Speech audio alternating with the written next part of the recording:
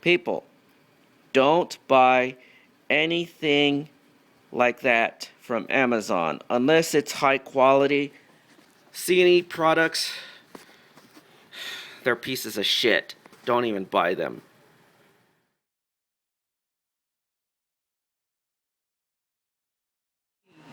And now that we've gotten my ranting like a retard out of the way, I guess I ordered myself a brand spanking new mini display adapter. So I used my cousin's knife because I don't want to let the dogs in here. Yeah, anyway.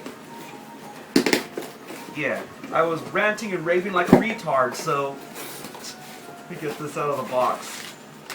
What's this? Another package. I'm gonna try to be careful not to show the label. Matter of fact, I need to tear it off. People, when you're doing unboxing videos, tear off your shipping labels. They can be used against you and later on. It's recommended that you burn them instead of tearing them to pieces. They can be put back together. Do I have to slit this open too? Son of a bitch.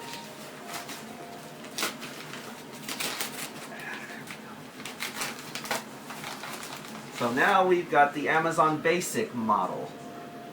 Da-da-da!